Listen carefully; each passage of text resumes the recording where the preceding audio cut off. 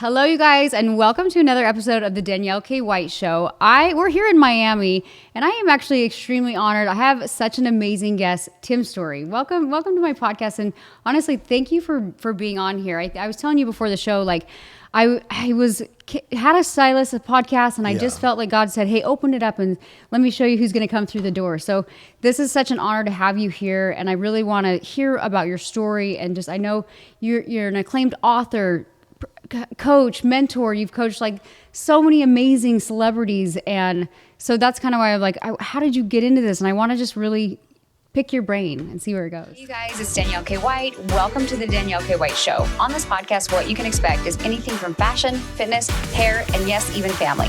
I'm the creator of Natural Beater Row hair extensions and Isla hand-tied hair.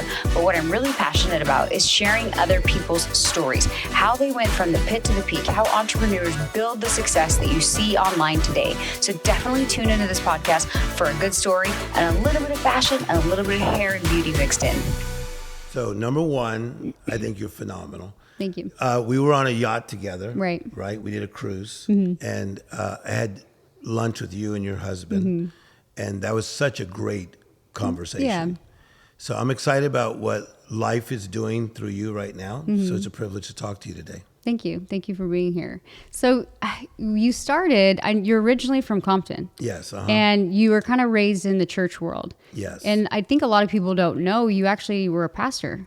How did this whole story start? Yeah. So I think that it's very common in inner cities that parents will take their kids to church because a church is kind of like a safe haven. Right. So Compton at that time was a kind of a difficult place. Right. So we started going to church like right from the jump. So I was raised in church. I loved being around the pastor. Later in life, I started vacuuming the church as a kid. So I just liked church life. So it wasn't like any time where someone had to talk me into it. Okay. It's something that I just enjoyed.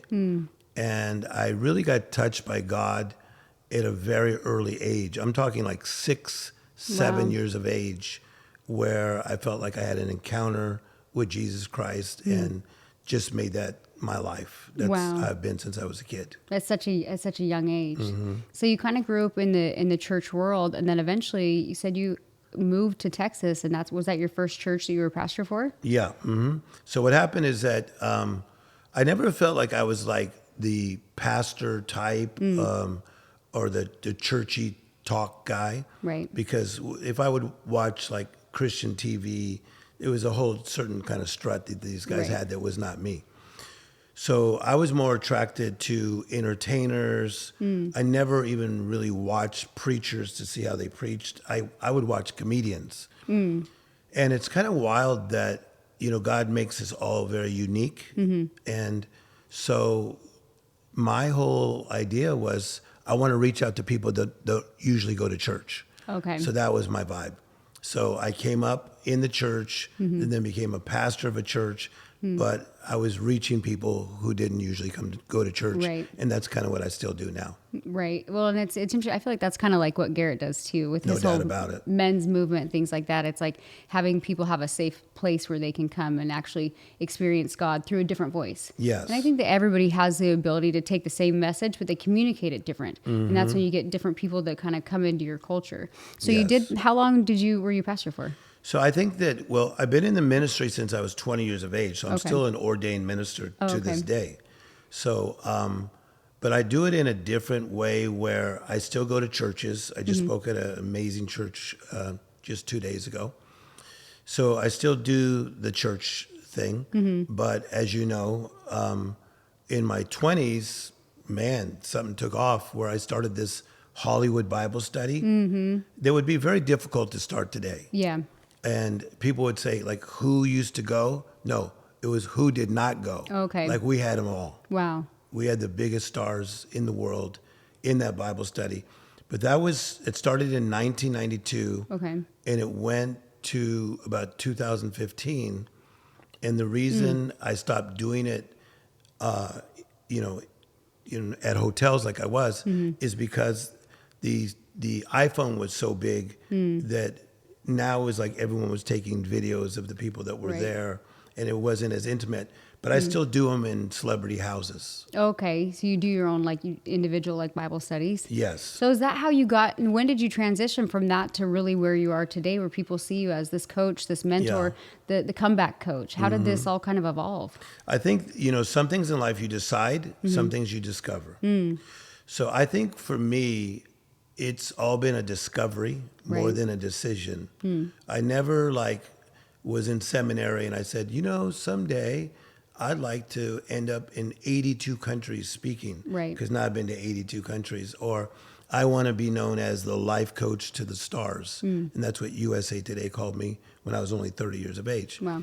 So it was nothing I was looking for. I just love helping people. Right. So I'm helping people in prison reform. I am helping people. I love the elderly. I'm really into the elderly and helping the elderly. I'm really into mental health and anxiety. I'm in the recovery space. I've been used to own recovery centers. So I think me and you, we're just doing assignments. Right. And so I'm just open to God assignments. That's what I do. It's crazy. I always tell people, I'm like, I feel like God trusts you more when you keep showing up. And it's like a lot of times you're like, I don't really feel like going to do this today, or I don't really want to do that. And it's like consistency, at least for me in my life, then God opens up more opportunities. I like that because so there's a Bible verse that says, "For God knows the end from the beginning."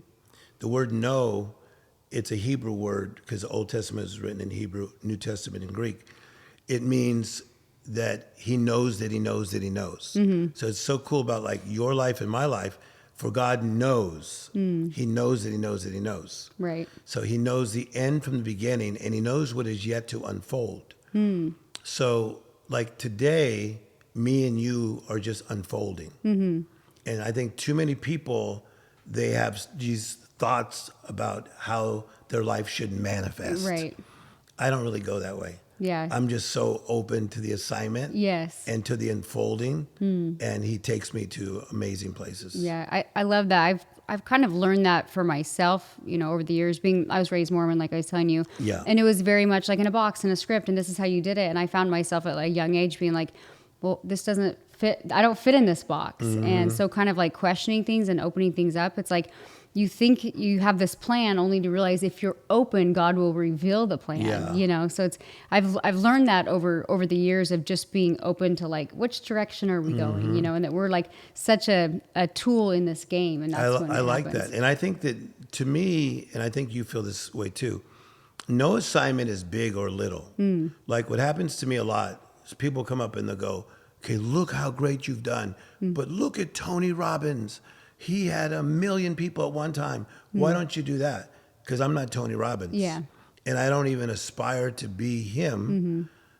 I just want to do what my God idea is. Right. And so sometimes my God idea is to help out one of my friend's son that may be struggling, or it might be to help somebody that's struggling in another part of their life, or it might be speaking to 30,000 people. Whatever that assignment is, I'm good with that assignment. Have you always had this desire to help people? Yes. And how do you like go from, at a young age, recognizing this in yourself to now like really dialing it in, helping them transform their life? Yeah. So I think it's an interesting thing because I was a good athlete. I played baseball, basketball, and football. And sports was important for me, mostly in the neighborhoods I was raised in. That also helped keep me out of trouble. So the church and the sports did well. But I always loved the underdog. And I remember one time I was running this race against this guy named Don.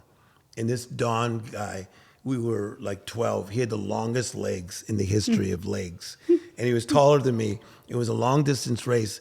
And he would always beat me. But this time I was beating him. It was in a race called the 880. So I was beating Don, but I noticed that we had lapped this chubby kid named Freddie. And when we lapped him, just in my mind, I thought something's wrong with Freddie. So I was running, I was beating Don's butt, and I just said, you got to stop. And I stopped on a dime, and I ran back to Freddie, and I go, Freddie, are you okay? He goes, no, I'm having an asthma attack. I go, where's your inhaler?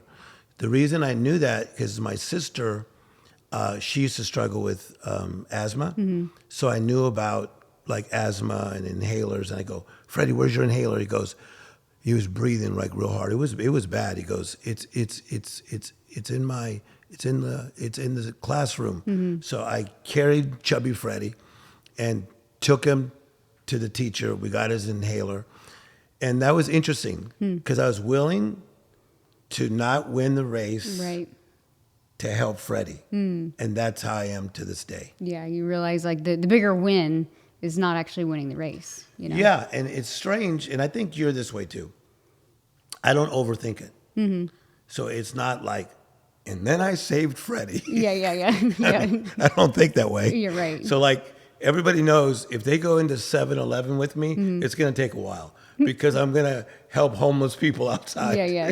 That's just the way it works. It's funny with Garrett. Well, he's very much like always giving and giving and giving everywhere. I'm like, okay, but with boundaries, right? I'm like, because if you give too much, then it's like, where else are you not noticing family, friends, kids, and things like that? Okay, can we go there for a minute? Yeah, let's do. 100%. So the early Tim Storey, I got taken advantage of way too much. Yeah.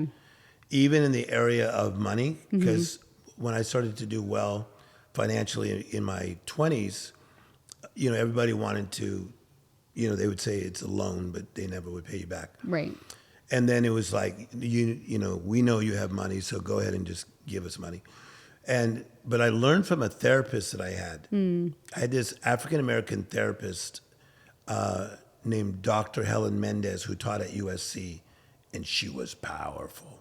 She was older than me, and she was like no joke. And she's like, you got to stop trying to play God. You know, stop playing God to everybody. Right. And you need bigger boundaries as far as people getting to you. So Yeah. I don't give my number like I used to everybody. Right. I don't loan money like I used to. Right. But it's something I had to learn. Because you have to protect like your energy and space, or then you can't help or serve. 100%. So there's probably like that fine line where you're like, okay, I can't save everybody. Yes. Type of thing. So you got into coaching, right after you were being a pastor. Yes. And is that how you acquired like some of your top clients? Is because you're doing this Bible study, and they were like, Tim, like you're amazing. Okay. Can you come coach me? Like how did this? You hit this perfect. So I am like young, and I'm around Jack Lemmon, Walter Matthau, Charlton Heston. Wow. Those are the biggest guys of Right. our time, right? Right. Later in life, as you know, then it was the Robert Downeys and on and on and on and on. Okay. So, but let's go back to when I was with the older guys. That was wild. Like, what's going on with my life? Right. Because they were coming to my Bible study, and then it was not so much them. It was like, I have a nephew, or I have a son. It was that kind of thing. Or I have a friend. But it was the biggest, and a lot of them, because they run in packs. Right. And so once I got into 1 or 2 or 3 or 4, it was like boom. And then it ended up in the NBA, the NFL, with the biggest rappers in the world, the biggest actors, actresses in the world. So that's just what started to happen. Yeah. How do you, I feel like in that world, the pressure is so heavy. So when you go in and help coach them, what are you trying to do? How do you get them out of the darkness and kind of back into the light? Is that kind of your angle? Or how do you go about helping them? Yeah, I think that my secret sauce is I'm a good listener, but I'm also a strong man. So different than your husband, and this is one reason that me and your husband are going to work together, is that he comes at things in a certain approach, and I think he's even softened. And I come at things in a certain approach. I'm more of an artist. So if I'm sitting with somebody, what I'm trying to help them with is just to turn the setback to a comeback. Okay, not to sit, settle, or cement in the setback, but to find the comeback. And then what I've been able to do, because of my walk with God, sometimes I wouldn't even say anything about Christianity. I would just be it. Right. And I think that that's more important than the other. Is just like being an example. And then I would say, hey, there's different areas of your life. One of them is spiritual. like, what's your connection with God? And sometimes it was not so good, or sometimes it was good. But I would strengthen people in those areas. But I began to be known as somebody that was good at helping somebody turn a setback to a comeback and then go beyond. Like flipping the script of like 100%. where they're really at. It is true though. Like I feel like when you're kind of lost, is you're like out of touch with, you can call it sorts, you can call it whatever, but ultimately like you're out of touch and you lose kind of this sense of purpose. And you could have somebody who's like a millionaire, celebrity, whatever, and you're like, how are you so sad? Why are you in this pit? And it's because they just lose sight of why we're here, you know? So it's like refocusing on like the positive and where we're supposed to go in this life. And truthfully, like when I get in a space where I'm like kind of in a funk or whatever, I'm like, no, that's not our mission here, you know? Yes. So it's like, you have to almost be uncomfortable or do different things to have greater reach and bigger impact. So you kind of help flip the script and help them get them going in the right direction. Yeah, I like what you're saying. And I think that, see, life without a purpose is almost like we're just wandering and wandering. Yeah. So in dealing with some of these actresses or actors that we all know, you know, I get to go in their houses. I'm going to their kids' games. Like I'm way up in their space. I go to these premieres. I'm on sets of movies. They're obviously dealing with the same things that anybody does, but it's amplified. Right. Because if so-and-so gets in trouble, they might end up on TMZ that night. Right. And let's say someone else that doesn't do that for a living, maybe you're a chiropractor, you're not going to end up on TMZ. Right. So everything is amplified. So, I mean, you can look at anything, like even Taylor Swift going to a football game to see her boyfriend. That's amplified. Right. So they just live under such a lens, and it's like you have to be careful with it. It's funny with Garrett and I feel like we just put it all out there. So it's Yes. so it's like people know all of everything about us because we put it out there, but it's very freeing, you know, like to just kind of live in this space where you don't, you know, you feel like you're not like hiding in that. But here's an interesting thing about you two is that you're not trying to do this. I think you're just following the will of God for your life. But really what you guys are doing is kind of like the new celebrity. Because I know for a fact that Will Smith, he is in our space now and wants to do more as a thought leader. Okay. Kevin Hart, same thing. Yeah. So isn't that wild that like Matthew McConaughey, same. Yeah. So many people that have been actors or entertainers are trying to get in the space that you guys have been in for a long time. So, I mean, you could walk into a restaurant with a Tony Robbins and he's probably going to get more attention than even some of the top actors today. Right. Well, it's interesting though. Everybody has a story, you know, and you see the highlight reel. And so I actually like that more people are coming out and kind of sharing like the darkness and the light and the struggles, because it helps people not feel so isolated and also feel like, okay, like I can choose a different path, you know. For me, it's like Garrett and I, when we were in California, we moved to Miami because we loved our house. It was stunning. It was beautiful. It was my dream home. And I just was like, we got to go. Like I just felt called that we needed to go to do something else. And it's crazy. Just when you feel like you've hit like a ceiling in life, God kind of shifts you a different direction. Yeah, so that's that thing of not just deciding, but discovering. Yeah. And then we go into this thing in the Bible where it says, our steps are ordered by the Lord. Right. So I truly don't want anything I'm not supposed to have. I really don't. Yeah. I don't want it. I get offered a lot. And there's a lot of things I turn down that most people would never turn down. Yeah. But I turn them down because I don't want a good idea. I want a God idea. Yeah. Big difference. And a good idea versus a God idea, I like that. Yeah. Because ultimately, like, he already knows the path. He already knows where you're going. So I always feel like sometimes in life, if I resist that, it takes me a little bit longer to get to the next step. And it's because it's ultimately like his plan. Yeah. And that's why I like love your messaging and everything, because it does feel very, I don't want to say like organic, but it just feels like you're just letting God lead you. Yeah, I'm not overly religious. In fact, some of the criticism of me would be like, oh, he's gone Hollywood, which is, I don't know where people get these kind of things. But no, I think that I'm a person that feels like there is a God and he has a plan for our lives. And if we're obedient to that plan, that somebody's waiting for us on the other side of our obedience. So that's what's such an awesome thing, is that we could be blessed, but also be a blessing to other people. Yeah. So I would rather have, God kind of success than just another good success. Yeah. Don't you feel like sometimes like here, it's like you can only see the tip of the iceberg. Yeah. And so you don't know like the impact that you could make or the ripple that you could make. And so it's just fun to kind of like operate in a space. So with the people that you coach, what are some of the biggest transformations that you've seen that you're just like, wow, like I'm doing something here in this life? Well, I won't mention the rappers' names, but Right. I mean, I probably have coached 7 of our 9 biggest rappers that we've had in the last 20 years. Yeah. And as far as actors, same, male and female.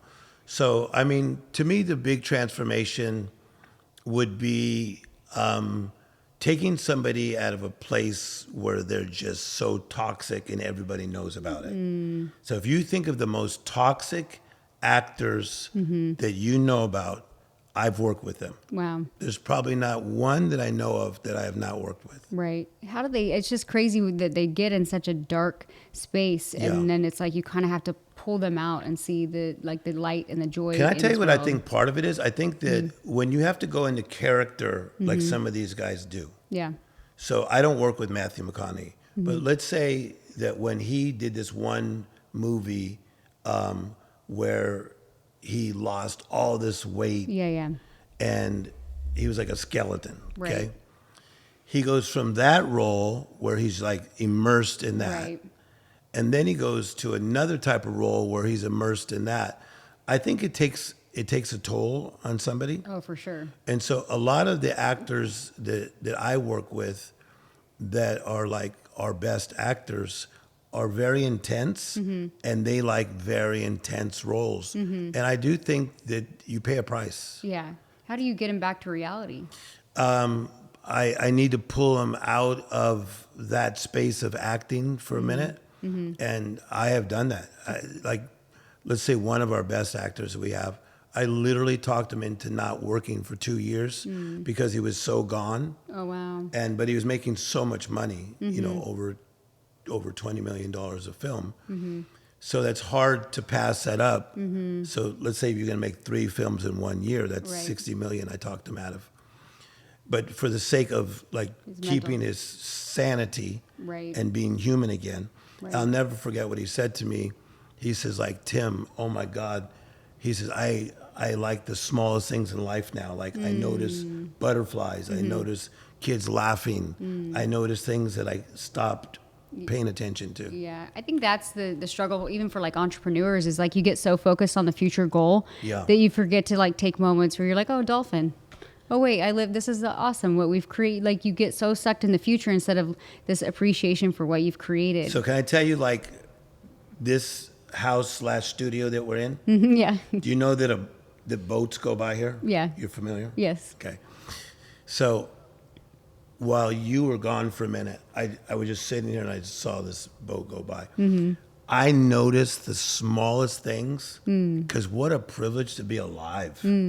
Like I notice everything. I am fully present at all times. Yeah. Yeah. I think it's important too to like you not get so wrapped up in everything that you're doing and have that like a worldly, earthly experience, Yeah. where you're like, hey, that is beautiful. Like noticing the little things.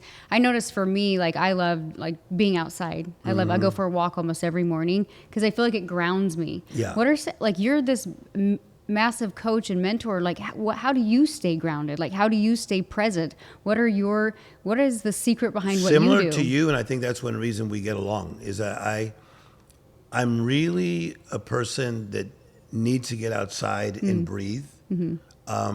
Just even the drive here in the back of an Uber and just looking at the ocean. Yeah. But I am a jogger/walker. I do both.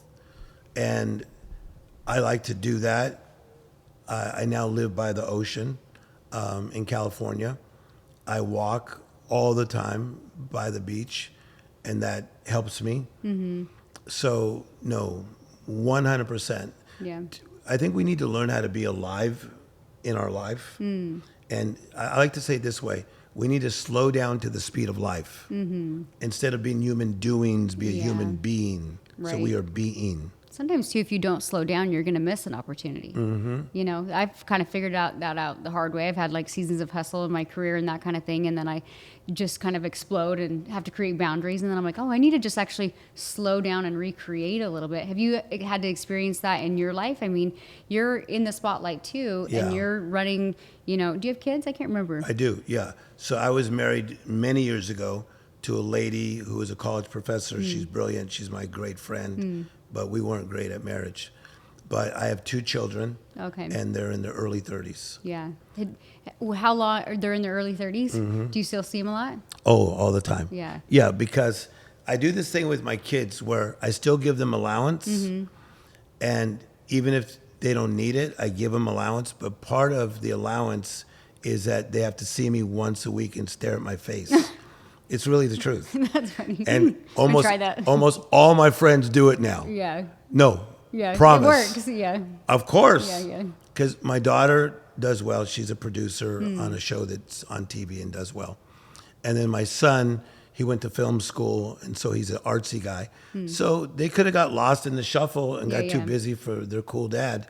So no. Like even growing up, did you make that kind of a priority to make sure they had time? Because I'm sure you were traveling a ton. And how did you kind of create that balance with the family I was life? traveling a lot, but I was really into family, and I was always great even to their mother, and always took care of her in every single way. And to me, to be around my children was never a chore. It was like something that I enjoy. And they're like 2 of my best friends.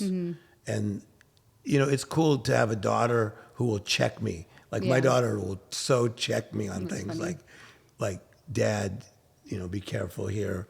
Or if I'm thinking of dating somebody, I will tell her, and then she has an opinion. Because she's a daughter. Well, that's what we do, us ladies. We like to have lots of opinions.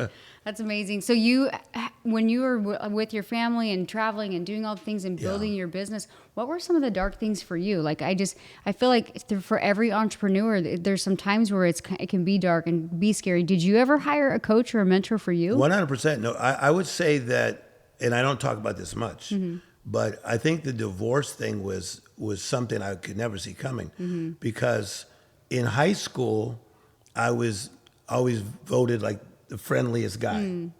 So I was always friendly. I always got along with everybody. So when I got married, you know, nobody goes into marriage thinking they're going to get divorced. Right. And then I became very well known at what I was doing early. Yeah. So that was a lot of pressure. And then I married into a very powerful family. Like her dad is known as a big deal. And he would meet with the presidents of the United States, et cetera. So I married into this powerful family, and I couldn't make it work with the daughter. So that, I probably went through, I would say, as much as over a decade, that's 10 years of guilt and shame. Yeah. I didn't tell people about it. I didn't act like it. Right. But man, I felt it behind the scenes. Yeah. Well, because you're this massive coach, and I think that sometimes you feel like I can't show how I'm feeling. A lot of times I got to be the powerhouse. I got to be their coach. 100%. How did you kind of heal from all that? Through this lady, Dr. Helen Mendez. My sister knew of her, and this lady literally changed my life. And she really helped me to understand that I am human too, and that even though God had gifted me with wisdom, and I'm a person who studies, Right.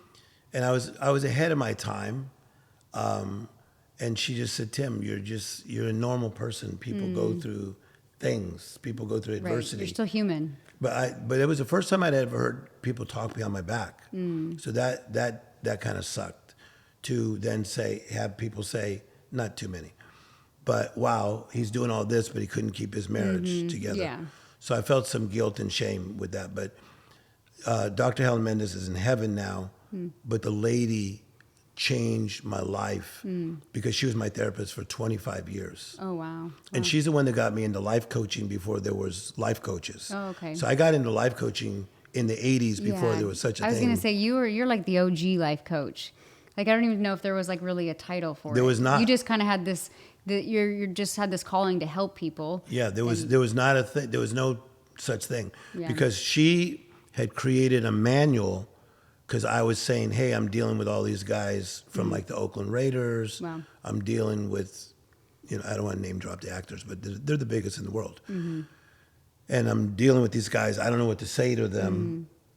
And she goes, I'm going to help coach you. Mm. So she went. I'll never forget. She had this big manual, and she started just bringing it out. So she says, okay, we're going to do these 2-hour sessions every other week. 1 hour is going to be working on you. Other hour, I'm going to teach you how to coach. Oh, wow. But I so blessed her life. I blessed her life in a big way. She was like your coach and mentor also. 100%. I mean, I was trained by the best. So, I'm very close with Oprah Winfrey. Like, that's my real sister. And we do projects together. Thank you, Oprah, for all the things you keep doing for me. But Oprah always says, like, Tim, the things you come up with, like, they have secret sauce on them. Part of that is, I think it's a gift from God, but also my conversations with this lady, Dr. Helen Mendez. Wow. Because I could like come up with some things that would, change a lot of people's lives. And I'd process them through her. Yeah, I think that's the big thing is like listening to people, kind of finding that window and helping them kind of come to their own like realization. And you touched on something interesting too. It's like me being raised in like the Mormon culture and community, I suffered a lot of like guilt. And I got to this place in my life where I was like, holding on to this is actually holding me back. And it's actually holding me back from impacting other people. Yeah. And if I can literally, I had to have conversations with myself where it was like, if I can learn how to let go of the guilt, then I can help other people, or I can show up differently for my kids. So for me, it's like one of those things like, why am I feeling this way? Okay, take some accountability for it or whatever. And then understanding, like you said, it's a human thing. It's like part of this world. I love what you're saying. I think that if God is truly a father, and so you as a parent of your children, that children make mistakes, but we still love them the same. Right.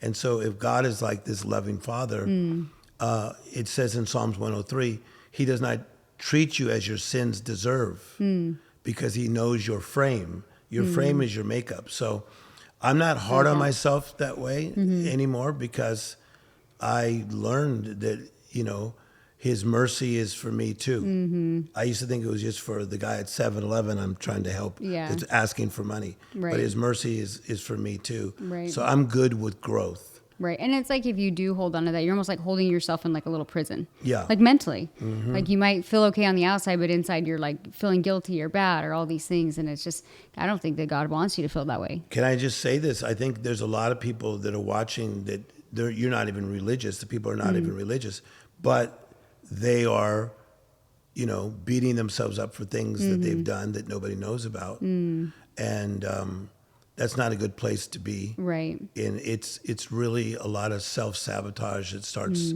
to take place.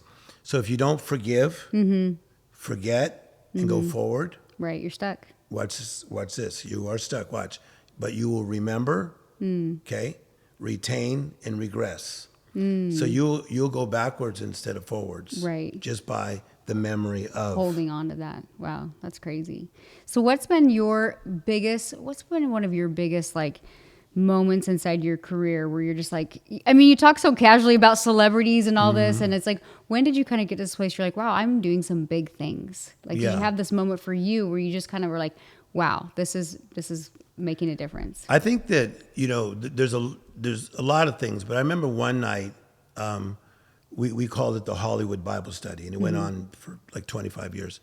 I remember I was talking, and then I looked, and Tom Hanks was walking through the back with Jerry Seinfeld. But we had everybody. You would see that guy there, her there. I mean, kind of became the new normal. It was everybody. But I don't know why that was different, just to see those two guys. Yeah. And then, like, to be in settings and have people that do really well that we look up to tap me on the shoulder and go, whoa, I'm such a huge fan. Like people who do very well. But something that I enjoyed doing was just 3 weeks ago, I was in Dubai and I did the World Government Summit. Oh, wow. And before me, the guy who spoke before me was the leader of Poland. And then after that was the guy from Alibaba, who's worth over $16 billion. Oh, wow. And then me. It's not a bad little thing. So things like that. You have to recognize the rooms you're in. Yeah. So things like that are kind of like interesting moments. But again, I love that, but I also like going into the prisons and talking to people. Yeah. Like I said, I was honored to even have you on this show. I was like, oh, Tim Storey wants me on? That's great. Of course, because it's you. So, well, thank you. It's funny because like I've watched a lot of your stuff over the years and it's kind of like always resonated with me. And I actually really like that you bring in the whole God conversation. Yeah. But I think that you make it very real for people. Like you said, like your audience felt like almost kind of like safe. And they're like, okay, what's your favorite thing to speak about when you go do these big summits or even on a spot, you're going to be at Aspire tomorrow. What is your favorite thing? What are you passionate about? What do you love speaking on? So before I say that, I want to say that, you know how much I love your husband. Like he is a man's man, right? And he's helping so many people. But I love the role you play in his life of being a support, the fact that you guys do date night together, the fact that even on that cruise, I think you brought 2 of your children. For real. So I really am so proud of what you're doing in life. So Thank you. Right now, what I teach on is the miracle mentality. Okay. So I wrote a book with HarperCollins called The Miracle Mentality. It's done well. It's 3 years old. And our friend, Grant Cardone, was so kind. The day it came out, he had me on this live platform and we sold listen to this, close to 11,000 books in one day because of Grant. Yeah. Yes, that's how he is. He's always selling. Yes. And then he bought thousands of them. Wow. To give away to kids in the inner city. Oh, wow. So that's a side of Grant that people don't realize. Yeah. And Brandon Dawson also, I think he bought either 2,000 or 4,000 books in one day. Wow. Of my book. So I teach on the miracle mentality. And what's happened is that so many of us are caught up in the mess and the mundane that we miss the miracle. The mess and the mundane that we miss the miracle. Yes. Yeah. The mundane of, oh my gosh, I got to do this. I got to pick up the kids from school. Yeah. I got to lose 12 pounds. I got to do this. So that's the mundane. The mess is the disheveled, okay? The chaotic, all the stuff that's going on when you turn on the news, that you miss the miracle. A miracle is something extraordinary, uncommon, not normal. Right. And you can't see it because you're too wrapped up in all the noise. Okay, because I also do talk shows. So I have to ask you a question. Where did you get your miracle mentality? Because I don't know if you've always had it, but you have it now. Yeah. Like there's something about you that you are going okay, boom, I'm going big. You know what? It's interesting because I was even looking at my week this week and I'm like, oh my God, and I get overwhelmed. I'll get anxiety. And then I sit back and I'm like, you got this. This isn't that big of a week. Yeah. And for me, when I go into that space of no, this is a beautiful week. It's an opportunity. Look at the people you get to talk to and the events you get to go. And I have to really flip that story of oh my God, it's this busy work and things like that. I don't know. It allows me to stay grounded. Yeah. And really have even little moments with my kids. And I always try to stay in that space for me because when I'm not, I notice I'm very anxious and not happy. So for me, it's very much a balance. I never want to lose that connection. And that's also something that's very important for me and Garrett. And that's why we do the date nights and we do the things because I understand we both are busy entrepreneurs, but I want to get lost in that. Yeah. And so it's staying present and making conscious efforts to stay in the now, I guess. I like what you're saying. So I life coach, so I'll go there with you. So what I'm hearing you say is you have to work at it. And you do. Yeah. It is a discipline to have a miracle mentality. It's a discipline. Yeah. You need to renew your mind every day. You need to meditate every day so you could stay present and stay connected in alignment to your assignment. But it is work. But if you do the work, then the work is worth it because you have a different mentality. Yeah. I hate the word balance, but I really do enjoy having this purpose. I love working, but I love, life. I love my kids. I love my husband. Yeah, we're going to have crazy times, but I honestly love being in a space where you can just sit at the pool with your kids and you're like, this is awesome, Yes. And I think when you can be in that space, you see more opportunity. Actually, I know you can because I've had moments in my life where I was kind of stuck in the fog. And I was like, I need to create better boundaries because I'm overwhelmed and I'm anxious and I'm depressed and all these things. So if I can actually stay in this mindset, life actually is moving faster. Yes. So that's where when I get to this place where I don't keep myself open to that, I feel like I slow down. I like this. So I think it's about what you're saying, to be in alignment to your assignment. Like what is God called you to do? At this point in your life, you are a wife, you're a mother, but you're also a woman. And I think a lot of people, they don't take care of themselves because they're so busy taking care of other people. Yeah. So did you have to learn to take care of yourself? How did that happen? I had to let go of the mom guilt because my first two kids, like I was constantly trying to multitask and do everything and not like taking time just for me. And so for me, I really, every morning, I'm very disciplined with my morning routine. Like I go for my walk, I go see my trainer, I have my caffeine, and then I come back and I feel human. Yeah, So exactly. for me, it's just, in the beginning, like I said, I had a lot of like the mom guilt, and now I feel like I'm in a pretty good space. But I mean, I had two kids, had a gap, and then I had two more, so it's like my chance to repeat life, I guess, in a way. But it's been an incredible journey. It's just for me, I learn through life through experiences, and try to like course correct along the way. And I kind of got to this place. I'm like, we're in charge of what we create in this life. Yeah. And also just having this ability, like if you're not happy, fix it. If you're sad, fix it. If you're this, then we all have the ability to change. So when we hear a lot of people talking negative about life, like you look at, there's wars around the world. We just changed president. Just all the things that go on. Right. How do you simplify things and just live and still enjoy yourself in the midst of all this that's going on? You know what's so funny? I don't watch the news ever. I am aware of politics, but I honestly don't. I kind of stay in my own happy lane. And Garrett's the exact opposite, so we balance each other in that way. Yeah. But for me, I'm like, I can't stress about something I can't control. So I can be aware. It's not that I'm oblivious. I can be aware of, what's going on in the United States, but I can't get sucked into it because it's not going to serve me. It's not going to serve my kids. So for me, like, I find Garrett will get really worked up about politics and this and this and this. And I'm like, whoa, like tone it down. Like, don't bring that home. So I find I'm kind of that balance where it's like, I just kind of I honestly just, not that I tune it out, but I won't entertain like, actually, that is the drama. It's brilliant. Yeah. No, because I think that you're right. You need to be aware. You need to be educated at all times to what's going on, right? Right. Mostly in the type of tables that all of us are around. Because if you sit with the leader of China, you want to at least know where China is, right? Right. And so I like that you are aware and you're educated. But also I'm going to say a word.